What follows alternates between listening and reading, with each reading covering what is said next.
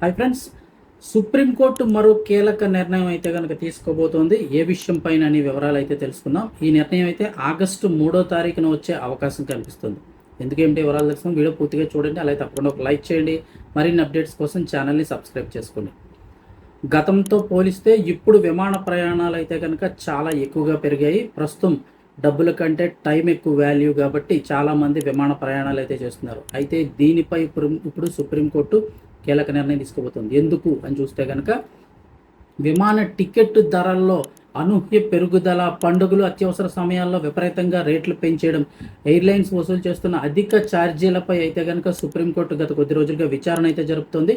ఈ క్రమంలో న్యాయస్థానం ముందు కేంద్రం కీలక సమాచారం అయితే ఉంచింది. మామూలుగా ఉన్న రేట్లు ఒక్కొక్కసారి విపరీతంగా పెరిగిపోతూ ఉంటాయి. అదే ఒక ఎండింగ్ ఇంకా మనకు అర్జెంట్ అన్నప్పుడు అయితే వేరే రేట్లు ఉంటూ ఉంటాయి.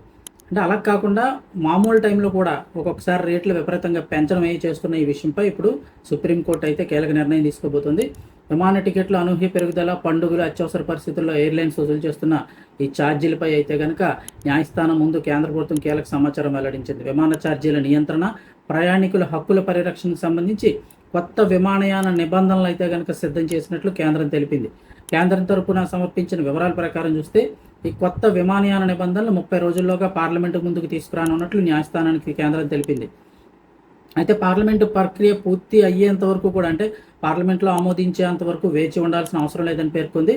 2 వారాల్లోగా కొత్త నిబంధనల ప్రతిని సీల్డ్ కవర్లో కోర్టుకు సమర్పించాలంటూ కేంద్రాన్ని అయితే ధర్మాసనం ఆదేశించింది. ఈ కేసు విచారణ సందర్భంగా పండుగలు వచ్చినా, సెలవులు వచ్చినా, అత్యవసర పరిస్థితుల్లో విమాన సంస్థలు భారీగా టికెట్ ధరలు పెంచడంపై గతంలోనే సుప్రీంకోర్టు తీవ్ర అసంతృప్తి వ్యక్తం చేసిన విషయం తెలిసిందే. ప్రయాణికుల ప్రయోజనాల పరిరక్షణకు స్పష్టమైన నిబంధనలు అవసరమని మరోసారి న్యాయస్థానం స్పష్టం చేసింది.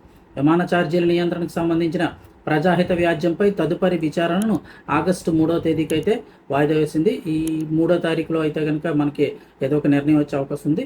దీనికి తోడు కేంద్రం కూడా కొత్త నిబంధనలు అయితే సిద్ధం చేస్తుంది కాబట్టి 1-2 వారాల్లో కోర్టుకి అయితే ఆ నిబంధనలు కూడా సమర్పించే అవకాశం ఉంది. దీనిపై ఒక మంచి నిర్ణయం వచ్చే అవకాశం కనిపిస్తుంది అంటున్నారు.